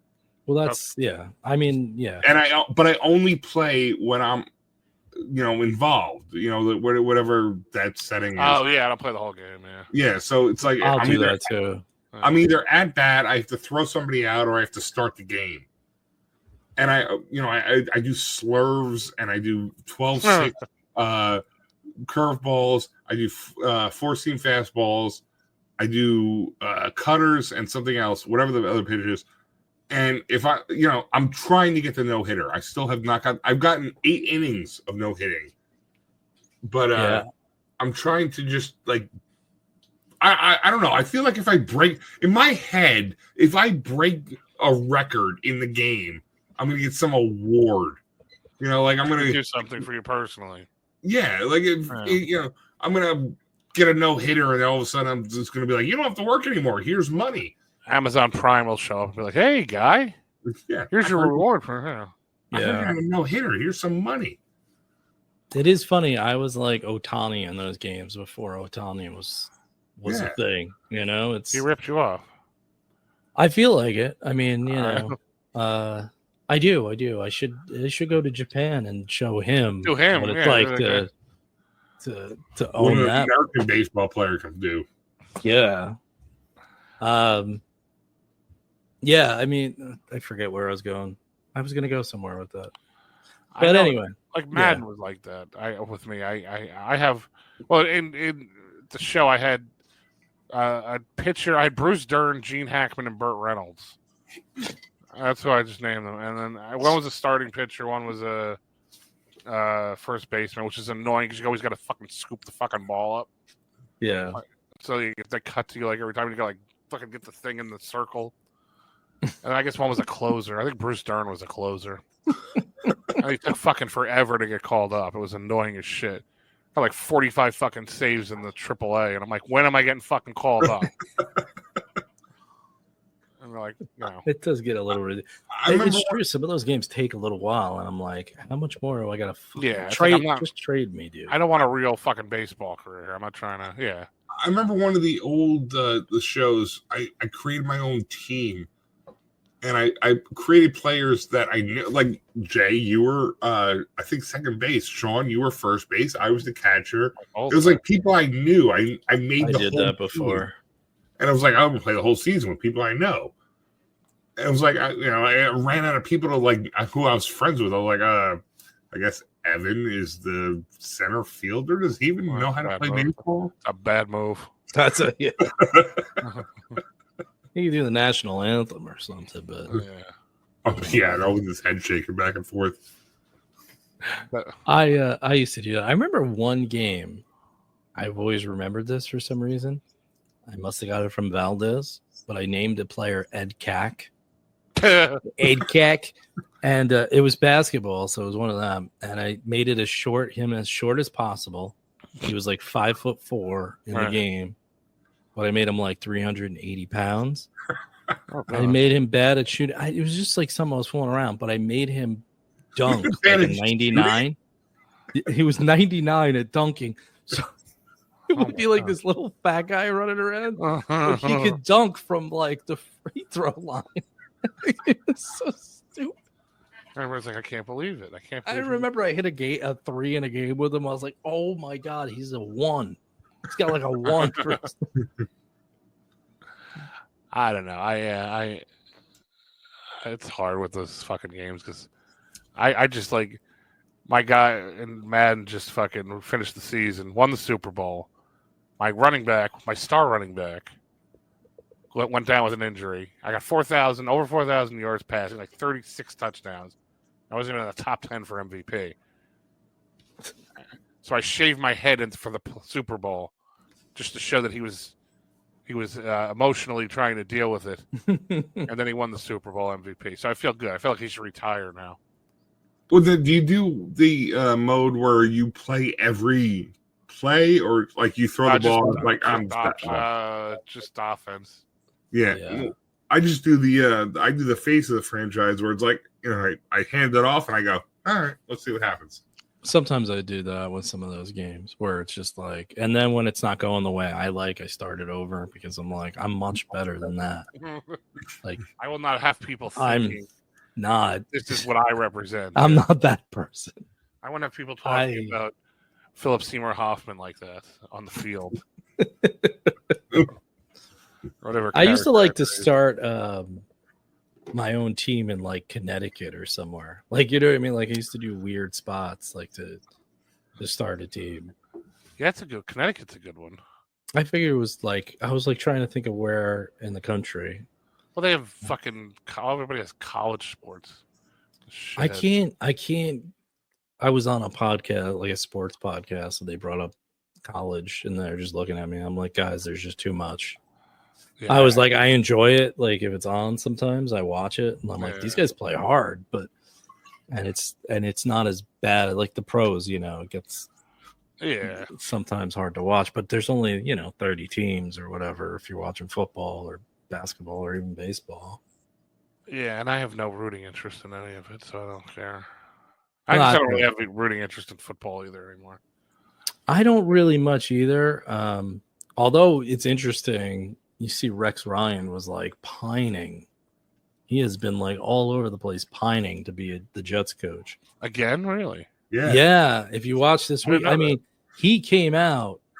He's going to be in 2 minutes or something, right? He said these guys would be playing hard. He basically sounded like he would take Rodgers back too. And I'm like, you'd have to. It's all his fucking friends. I mean, and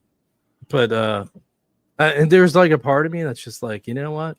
What else can happen? What else can happen? Just, I mean, they're screwed for the foreseeable future. They gave up like all their picks. It's like, oh yeah, they're done. I mean, they're not. Like, yeah, like and then like Giant, like I'll work with some Giants fans. Like, yeah, well, it's tough to watch the Giants. I'm like, the Giants are supposed to suck. You know what I mean? Like the Jets were like people were talking about Super Bowl with that team, and then they've traded in season for better. They got Devontae Adams and they got worse now. And they've somehow gotten worse. Like it's just Now the rumor said Rodgers is going to be a Raider. It's like, wow, where's Devontae just left? Yeah. Well, I don't know. It's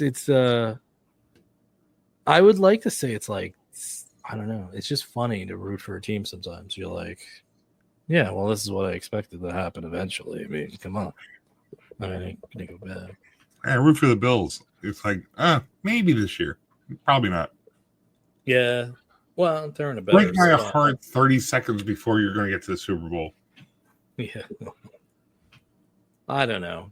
But I know what Sean's saying. Like, I got to the point where, especially in football, where I'm like, yeah, if it's on and I'm not doing anything, I watch it. But I like having Red Zone on when, like, if I'm doing something, I'll put Red Zone on and kind of check out who's, like what's going on. But I don't fucking, like, there's nobody I'm like living or dying. I have teams I fucking hate. yeah. The Chiefs. The fucking Cowboys, the fucking, and the Patriots. I don't even hate the Eagles or the Patriots anymore because It's hard to hate the Patriots now, but yeah. I have a long memory. Which is funny. I've hated everything Philly because I'm a Mets and a Devils fan, but it's like I can't even hate the Eagles anymore. I don't like my problem is the fans in Philly are very, very non-likable. Sorry. I know I just fucking shouldn't say that on here, but I like them. I like all the people in Philadelphia. I like everyone everywhere. Jason, why are you so negative? Okay, I don't know. It's just like I use my eyes and my ears. I hate all fans of everything. I don't like people. Yeah, no, I hate all. But fans I know. of Yeah, that's supposedly Philadelphia has like the fucking throwing batteries at Santa Claus. That Santa Claus stuff. Yeah. Mets fans did that to John Rocker. So I mean, John Rocker. John Rocker is not Santa John Claus. Rocker to Santa Claus. Santa Claus is somebody's not interested in Christmas presents. I had Jeff Pearlman on, and I asked him about John Rocker. Oh yeah, I heard he that was just like, yeah, I don't know. I just thought this guy's fucking nuts. And he goes, but I don't insert myself into it, because I like how you just casually drop that and you're like, I had John Pearlman on my show. I don't know. You're talking about John Rocker. I mean, I'm not allowed to use my depth of knowledge and firsthand information. Of course you are. It was just so casual. I'm complimenting you on how casually you talking to Jeff JP, and I was at his house for dinner. He flew in to Jeff, California. Let's talk Lakers. Yeah. That was a funny one though, because that was like one of the first times I was like when he popped up on screen, I was like, that dude. I've seen him on ESPN. Yeah. So this is weird. But anyway, sorry to fucking name drop. It can be a little like I had one recently that was like that. I cut it very nicely for him, but like I remember by the end, I'm like, let's just whatever, dude. Let's just go. Yeah, that's cool. Like at some point, I'm like, at some point you're like, yeah. I mean, I'm saying I interviewed wrestlers, and Sean, Jay, you've interviewed historians, but Sean, you've interviewed Ron Bennington. Yeah, I've interviewed two Ramones and Ron Bennington. Cool. You also interviewed none of the original Ramones because they're all fucking dead. I didn't. One of the Doors, and you hung up on him. Oh, that was Evan. Wait, what?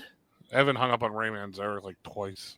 But you were on that. You were on that show. That sucks. Yeah, that was unfortunate. I was sitting in with Evan one morning because he was supposed to have Ray was supposed to call in. I tell the story on the air a lot. Not on Ray this show. No, not on this, but like he was supposed to call on the show, and the host Evan at the time was a little unsure about how to patch the calls through because it's like an older system. So he called, and he tried to patch him through, and we go to it, and it's just the fucking dial tone. It's like, oh shit! And so then Evan called him back, and I hear hello. Well, first thing I hear is like as soon as he picks up the phone the first time, he was like, "Hello, Evan. This is Ray Manzarek." And I'm like, "Oh, that's fucking like totally just exactly what I thought he would sound like." And so he calls him back, and Evan calls him back after we hung up on him, and he said he was like, he put him on. He didn't put him on speaker. He just put him on the regular line, and he's like, I think he's annoyed. And I'm like, all right. So we put him through again, and he fucking dropped it again. And we tried calling him back, and he didn't pick up. So I was like, fuck. Well, it was time for that shit. No, Ray was at an airport. He was going somewhere. Oh, nice. He was probably going somewhere to talk about how Jim Morrison reinvented the gods. I was watching a thing on them. Speaking of YouTube rabbit holes, just back on topic.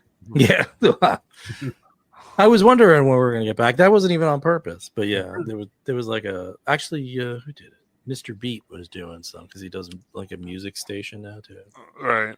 He did a whole thing on the Doors, but it was weird. I never thought about he got into what Morrison really liked the first two Beatles albums. Yeah. Which I thought was funny because I'm like, that's kind of when they're. Yeah, but you figure he was probably, he was kind of. Yeah, and they were putting out, they were writing stuff when the other ones came. I mean, from 65 on, really. Yeah, they didn't have figured it out, but Well, because the first one comes out in 65, right? So that's Doors record. Yeah, when's no, the first? 67, but they got together in 65. In 65, okay. Yeah. So that's like, yeah, I know, and I think he liked the last one a lot too. They said, but like in between, he's kind of like, well, I get that they had to change, but whatever. Yeah, he liked the Stooges and stuff, and there was some interesting interviews with him about. I watched this whole thing on it was Val Kilmer and Oliver Stone to tie it back, where they weren't. I think it was not. What's the guitar player's name again? Robbie Krieger. Robbie Krieger. He said they didn't know if they wanted to hire, because I guess they had some kind of input in the movie, and Krieger said he didn't know if Val Kilmer was the right choice. And then he saw some videos that apparently Val Kilmer had a Doors tribute band at one point, and Kilmer and Oliver Stone were driving in a car, and Kilmer says he put a tape in. And he said, "There's 3 Doors songs. One of them's mine. 2 of them are Jim. You have to guess who's who." Yeah. And Oliver Stone couldn't guess, but apparently all 3 were Val Kilmer, and he hired him on the spot. And then they show Val Kilmer doing like a cappella Jim Morrison. It's like you couldn't guess. Like it wasn't bad. Yeah. Well, it kind of makes you wonder if Oliver Stone knew anything about the Doors in the first place. Yeah, right. Like, he was good. I think it was cool that. Yeah, it's funny because with all there's filming the Springsteen movie in Asbury Park this month, and they're also I just saw a commercial for the Dylan movie that's coming out. Cape May, yeah, and I don't really like biopics, especially like, but like everybody, the Queen one I thought was pretty horrible, and I know that he won an Oscar for that shit. Motherfucker, I mean, like, not that he should have sang because, it's pretty difficult to sound like Freddie Mercury, but they didn't really, like, scratch the surface on him at all. You know what I mean? Like, they really didn't tell you too much about him. It's like, oh, okay. He sang, and then he was like, they're like, oh, he had a dark side or something. Like, it's like he stayed home for 3 months or something and was, like, pissed off. It's funny to get on topic, I fell down a Queen rabbit hole one night, where I never saw the movie because I refused to. I haven't seen it either. Honestly. Yeah, but apparently, like, the record company wasn't opposed to Bohemian Rhapsody. That was a little. The group was okay with him having AIDS. He didn't have to announce it. They were okay with it? No, like he announced it, but give me it here. Cool. No, it was like the way that they made it dramatic on certain things, like him having AIDS, and like one of the songs they sang in the movie and was was in front of 80,000 people, at Live Aid or whatever, but it didn't happen then. Like it was like the timing was on stage. it was like all this shit where it's like they just made it for the dramatic purposes. Well, yeah, that's what I'm saying. In other words, like, and they did the same thing with the Doors movie, like a lot of that shit. But the only thing I'll give that movie is that he wasn't afraid to look like an asshole. Yeah, or make Morrison look like an asshole. Whereas, like the rest of them and I guess maybe that was part of his allure, is that he was like, hanging out of windows and shit or whatever, allegedly, and fucking, stabbing the duck on Thanksgiving. Yeah. That duck. There was one thing that bothered me about that movie is if you watch the original Ed Sullivan footage, and I know the two of you, I'm preaching to the choir. He's not wearing the same thing. He's not wearing the same thing, and he's just holding the mic going, "Baby, we couldn't get much higher." But it's like in the movie, he's like jumping towards the camera. Yeah. And like screaming, and then somehow the camera ends up on his dick. It's like, I'm serious. Like they're like making sure like somehow he managed to aim his crotch at the camera. Yeah, I think that fucking version of Light My Fire on the Ed Sullivan Show is like my favorite version of that fucking song. Mm-hmm. I think it sounds fucking awesome. I think he like sang it great, and like whatever. And the way they made that whole thing like made it look like. And I know like if Ray Manzarek wrote a book, I mean it's turning into fuck. I mean I guess I'm obsessed with the Doors, so yeah. You wouldn't know if you interviewed him.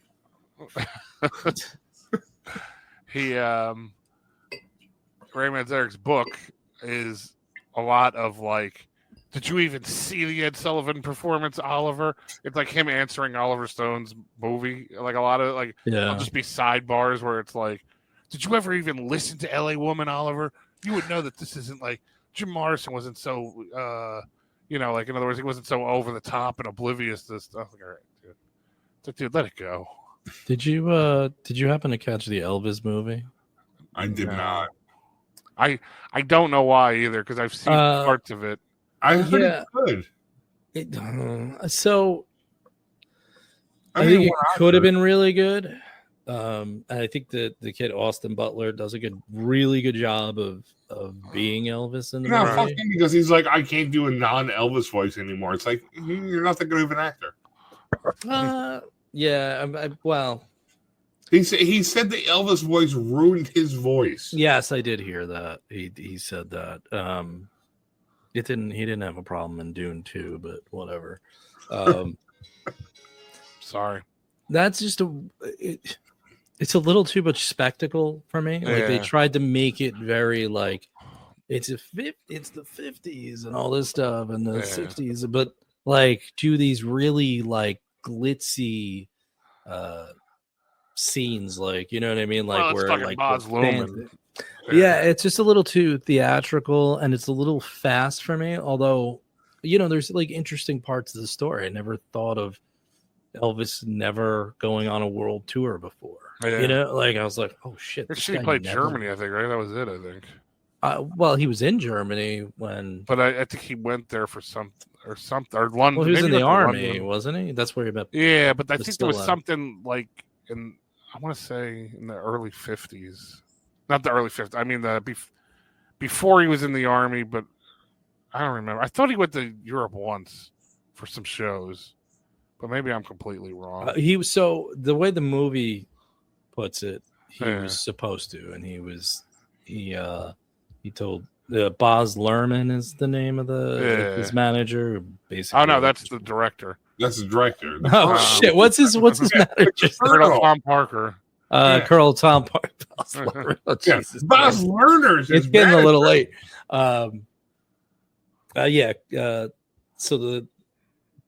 So Parker, I guess he told him, he signed him up for that deal in Vegas for like 5 years or something. But he wanted to go to like Japan. He wanted to go to Europe. He wanted to do all that. And they make it kind of like he tries to leave, and he's like, well, now you owe me like $20 million because that's the deal if you break it. So it was. I think it could have been really good. It kind of speeds along. And it's like I said, like it's just a little too glitzy for me. I think I'll watch it at some point. I think I just kind of, it's like one of those things you gotta. I catch it on every once in a while. Yeah, I just watched it. It's one of those things where it's like if I catch it 5 minutes in, I'm like, I'll wait till next time. I have to watch. I do that a lot, all the time. I do that basically with every. You know what it is too? It's like too much choice. Like I'm like, what am I missing now? That's my problem with like Netflix. Like I find a movie. I sometimes just miss having 30 channels because they're like, oh, Batman Begins is on. I'll just watch this. Yeah, but I mean, I hope this doesn't start another tangent. But last night when I got home from work, I put on Inglourious Bastards 5 minutes in, and I watched the whole thing. And I would too. Till like 2 a.m. and I'm like, I know I have to get up in 4 hours, but I need to see Hitler get shot in the face, and I need to see Brad Pitt go. But whatever the fuck. Grazie. He's like grazie. Grazie. That's my favorite of Tarantino's movies. Still, I think Reservoir Dogs still number one. I mean, that's not a bad choice either. I just Jackie Brown number two. I didn't like Jackie Brown when I saw it, but that grew on me That really grew on me a lot. Yeah, and then I'd say Pulp Fiction, Inglourious Bastards, and what's the one? The Kurt Russell, the Cowboy one. Hateful Eight. Hateful Eight. I haven't seen Hateful Eight, but great. I'm sure it is. And then I'd say Kill Bill 1 and 2. I think those are my worst ones of his. What about Django? Django's way before Kill Bill. Mid. That's like mid Terrence. Yeah, it's I kind of agree with you. I thought Django was good, but it wasn't. Top 3, I'd say, maybe. Top 3 what? Tarantino. If Reservoir Dogs number 1, definitely. Maybe Jackie Brown, Django are interchangeable, depending on what I just saw. Then Pulp Fiction. Oh, Django's like down there for me. I like Kill Bill first one a lot. And Django's like mid for me. I'd probably put it like 5 or 6. It just I don't know. A little too much for me. Yeah, I mean, Inglourious Bastards, I like the best because it has 2 of the best scenes I've ever seen in my life. The opening scene. Yeah, we were talking about that last night. Yeah, and then the bar scene. I mean, they're but both... there's also the scene, and this is a very underrated scene. It's where Shoshana and him are at and he goes, "Wait for the curtain." Yeah, that's a great scene too. You were watching that. Yeah, that's when you came in when I was watching that scene. And then the whole thing where he puts the cigarette out and it looks like the house with the chimney. Oh shit! You know what? I never picked that up. Yeah, I never picked that up either. Damn, I'm gonna go watch that now. I click on every single you didn't notice in a movie on Facebook. I would never notice that. He puts the cigarette out in the thing, and it looks like a chimney coming up like the house that she ran out of. Yeah, I just all those. I don't know. That whole movie is like a masterclass. I fell down a rabbit hole obsession. Back on topic. That was one of those things too. So I watched Reservoir Dogs with my son. And I was kind of scared too because I was like, "Is this going to hold up or not?" You know what I mean? Like you remember something a certain way, and you're like, "But it did." Yeah. It definitely held up. I haven't watched Pulp Fiction in a long time. I've watched pieces of it. It's been on. I think part of it is because it kind of. And that's why. I mean, I know. Listen, Wes Anderson is a lot of people don't like Wes Anderson, but whatever. That it doesn't take place in a specific. Like it doesn't say like, okay, it's 1994, so right. You're not seeing like it's not dated really as much as some other stuff would be if it was, Like it almost seems like it takes place in a dream kind of thing. Yeah, like Reservoir Dogs is one where it's like I guess if they had cell phones, it would be a little bit different. I guess. Right. Jackie Brown's supposed to be a certain time, I think, right? I think they do mention a time like in the 91 or something. Yeah. Like there's something in there. The only problem I have with Pulp Fiction is actually the Bruce Willis scenes. I think that's the most boring of the whole movie, even with the rape and everything. Like, I just think That should have been a great scene. Usually that'll get it moving. I know that Usually that'll bring me back in, but yeah, just the whole Bruce Willis storyline to me is the most boring storyline of the whole movie. That's probably fair. I would think I agree with that. Yeah, it's probably fair, but I don't know. I remember seeing that movie with our friend Dan at the time. And we saw that accidentally because we went to go see something else, I want to say. Did you go see Tommy Boy? Because I went to go see Pulp Fiction and I had to see Tommy Boy. I don't remember. We were going to see something and it was sold out, and we ended up watching Pulp Fiction. Just went to $10 and Craig's like, just go in. Yeah. Something like that. But I remember me and him obnoxiously laughing when Marvin gets shot in the face. Oh yeah, because he's like, oh shit, I shot Marvin in the face, like he dropped his. What did you do that for? So, it's like, and everybody was quiet, but that fucking scene. I don't know how you don't laugh at that. Just the shock of it. I just shot Marvin in the face. I think it's hard to remember that movies everything fucking ripped that off for Well, that's what it is almost. Or at least parts of it. Not that he didn't rip shit off himself, of course, but no, but stylistically, he changed cinema. That's what he said. The 90s, you go from 94 to 99. It's that's why it's the golden age. It's he helped bring that independent feel to a lot of things, and then a lot of people went to everything was the Pulp Fiction for teenage. I remember Go was the Pulp Fiction for teenagers. Yeah, it's like grunge. I mean, or punk or anything. Well, that's what I mean. It's good for a kind of wave, and then the reason I like Jackie Brown, by the way, is the way they do the ending, where it's the same. Oh yeah. Oh, I love Jackie Brown. I didn't like it the first time I saw it. I thought it was going to be something completely different, and I expected it to be. Yeah. The fact that they show the when she goes into the dressing room, Cash, and they showed from 4 different angles, and then they explain what happens. That is fucking brilliant. Yeah, no, I like that one a lot. I don't know. He's got one more movie in him. I thought he said 9. He's done. 10. He was going to do 10. Something yeah. Slightly based on Paula Kaelin or something. I don't know. Yeah, wasn't he doing something called The Critic or something like that? It's about her, yeah. Okay. I don't know if it's about her specifically or loosely based or what, but I was thinking, I always thought he said 9. No, I know. At least now I see him always saying 10. He's got one more. Did you guys like Once Upon a Time in Hollywood? Yes. Oh yeah. Yeah, we didn't even mention that one. Yeah, I mean that's a great one too. That was another one though, where it's when he took the liberties with the timeline. I kind of thought that might come, I remember seeing it, and I'm like, I mean, I thought he might play with the history of it and stuff.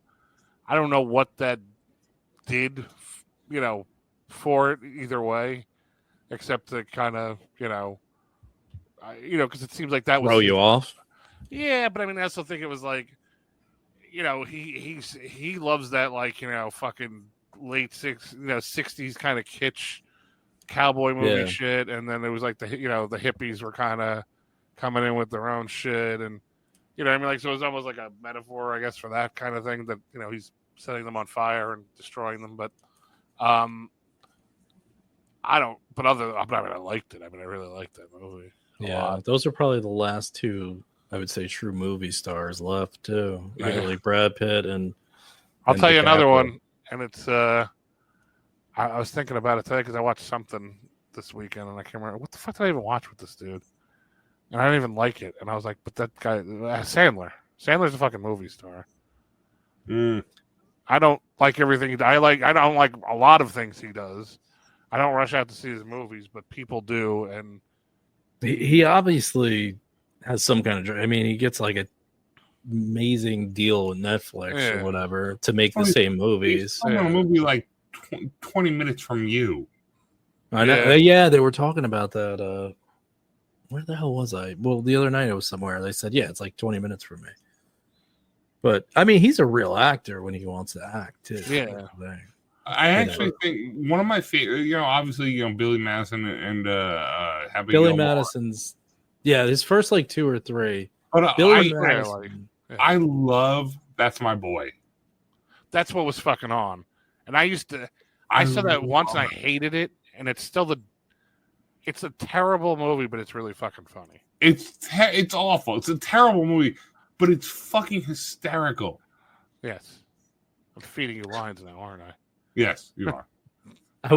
Big Daddy was okay. Little Nicky was funny. Yeah, I kind of fell off. I didn't like the Water Boy, and I kind of fell off with it. I didn't. A lot of people like the Water Boy. That was very mediocre. The Water Boy is funny. Little Nicky, I didn't like. That's when I started to kind of like. But I love fucking Punch Drunk Love, and I love Punch Drunk Love is great. I thought Spanglish was good. Yeah, that's a really good one too. I actually never saw either one of those. You ever saw Punch Drunk Love? I like that one. The last one he did with the diamond, what the hell was that called? Precious Gems. Oh yeah, he was really good in that. Uncut Gems. It took me a little while to like follow it, just because of the way the cinematography was and stuff. But then once I got into it, that was he was good in that too. Of the Netflix movies he did, The Cobbler sucked. By the way, I saw that. Yeah, I wasn't. He did that one with Chris Rock where their kids were getting married. That was okay. Murder Mystery with Jennifer. Oh, was that Jennifer Aniston or whatever? Yeah, that one was good. He did a couple with her. He did a couple with Drew Barrymore too. The second one with Drew Barrymore is fucking. Well, 50 First Dates sucks, but Wedding Singer's awesome. The Wedding Singer I like a lot. Yeah, Wedding Singer's like the last movie I liked by him for a while. 50 First Dates is like, if you really think about how that movie ends, it's the most depressing thing in the world. Yeah, the girl wakes up every day pregnant and doesn't remember why she's pregnant. I know. Yeah. But like 50 First Dates is the type of movie. It's the same thing as like Big Daddy to me. It's kind of like trying to tug on your heartstrings in some way. But when you think about it, it's kind of like whatever. But Billy Madison's still one of my favorites just because it's so random. Yeah. It's the most random. Oh, Doyle rules. They're going off the cliff and you just hear them saying it. I'll never forget what I actually watched that with. I think it was Sean and Valdez, and they're like, I never seen it before. And it was a scene where he's on the stairs and the music starts. They're like, this part's great. And he starts dancing to the music. And I'm like, why is this part great? Oh, the musical part? Yeah. No, remember he's on the stairs and he's like, Yeah. Yeah. He starts singing, right? Yeah. And he's like, and I'm like, why is this part great? And then I watched it like a year later. I'm like, that's fucking hysterical. Yeah. I remember out of nowhere realizing that the penguin at the end is given like a hand job to Chris Farley. To Chris Farley. Actually, I think I was watching that with you, Sean, and you we both looked at each other like, was that? Did he? I never noticed it for like 5 or 6 years. It's funny because like there's a lot of movies I've seen as a kid that I didn't understand. Yeah. And then like later on I watch, I go, oh, like either it's like, oh, that's funny, or like, oh shit, I should not have. Like, I rented Clockwork Orange when I was like 13. Oh, that was way over my head. I walked past the high school to Super Video and went up to the clerk and put fucking Clockwork Orange down, and they're like, buying the okay. Yeah. And I fucking and my mother was like, "What'd you rent?" I'm like, "Clockwork Orange," and she's like, "Okay." Yeah. And I fucking watched it, and I was like, I don't understand anything in this movie. And then later on, I'm like, oh my God, why was I allowed to watch that movie? The only reason why I rented that too is because the three of us were in Wildwood at Cookie's Fun Shop, and I bought that fucking shirt that had the silhouette of all of them. Yeah. And it's like Clockwork Orange. And I'm like, well, now I need to see the movie. I tried to read the book once. I read it. I just threw it away.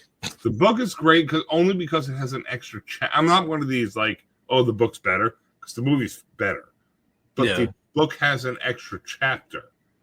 You know what I'd like to read those books before bed, and I'm reading it, and I'm like, I have to think. Like, I had to follow the because it speaks in their like language and their what do you call it? Like their slang. Yeah, so it's try the wine. Yeah, with the droogs and everything. Yeah, and No, she's dead. No, my health doesn't allow it. Get that on cue. Yeah, that was. I remember that. I remember all those damn shirts too. Yeah, that was a big thing. Yeah, I mean, that was like, I don't know. I couldn't deal with it. I read something else. They're forced. That's true. Yeah. No, this was definitely a good episode to get off topic on. Yeah. All right, so Jay, why don't you tell us? Sean, you tell us where we can find you. Well, Sean, I'm going to let you go first because I think I went first last time. So okay. You can find me at WFDU.FM. I got Stay Late show there, and 7 to 10 on both on Saturday. One's at 1 a.m. to 3 a.m. and the other one's on HD2 at 7 p.m. to 10 p.m. And you can just go to Sean WFDU on. Is that what the hell it is? I don't even know. I don't even remember what my fucking Instagram is, or just Sean McGee. I don't know. You'll find me. Go to Stay Up Late /7 to 10 on Facebook. Bleak07 on X. What is it? Oh, Bleak07. Yeah, that's going away though, bro. Yeah, there you go. Sorry, I could help you. Yeah. Yeah, so the name of my show is the With Jay Burke Show. It's probably very different from this show at times. Basically the way I was thinking about trying to explain it this way. If you ever seen the beginning of Batman Returns where the baby gets thrown into the water, my podcast is like if I were the love child of Derek Thompson and Adam Conover, and they threw me in the water because I was malformed and raised in the sewer. And that's kind of how my show works, you know. I guess. I don't know. Working it out. I don't know how that one's working. What?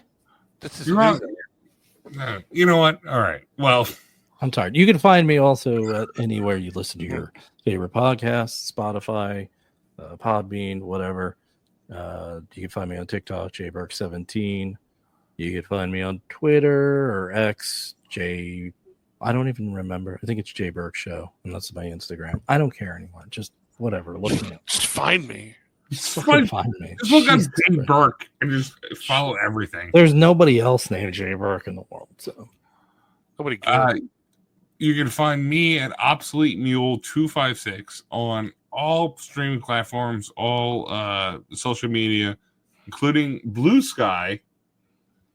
You can also follow this show on X, Blue Sky, and eventually Twitter and everybody, and Instagram and everything else at Off Topic JRS. You can email us for a topic you'd like to talk about at offtopicjrs@gmail.com. Yeah. I was going to ask how that helped us, but you really did help us with that. So I can't do that. I haven't fucking released an episode yet because you said, let's wait till 3. I'm just telling you from experience that I think that's the way to go. And I would say that to other podcasts looking to get into the podcasting game. If you need it, if you want to get into the pod game, well, it's not for the faint of heart. Listen here, 10,000 listeners. We're starting from scratch here. Well, yeah. It's like I have to try it. Yeah. I really thought. Well, yeah. I didn't know what was going to come after that. It was better that way. Yeah. Yeah. You know, I showed my daughter that just before we go. What's that? The amount of listeners, the listens I had, or downloads, or whatever you want to call it. Mm-hmm. And she saw the number and she goes, how many people follow you? And I was like, fuck you. Fuck you, man. Like, why you gotta shit on me? You're a fucking cage, bitch. Don't shit on it. How many do you have? I don't want followers or listeners. Oh, fuck that. I'm not. Yeah, I'm handing out nuggets of information here. It's not about the dollars. History Spider-Man. I'm History Spider-Man. All right, boys. All right. That was an ordeal. What did we learn, Palmer? I don't know, sir. I don't fucking know either. I guess we learned not to do it again. What you just said is one of the most insanely idiotic things I have ever heard. What in heaven's name are you talking about? At no point in your rambling, incoherent response were you even close to anything that could be considered a rational thought.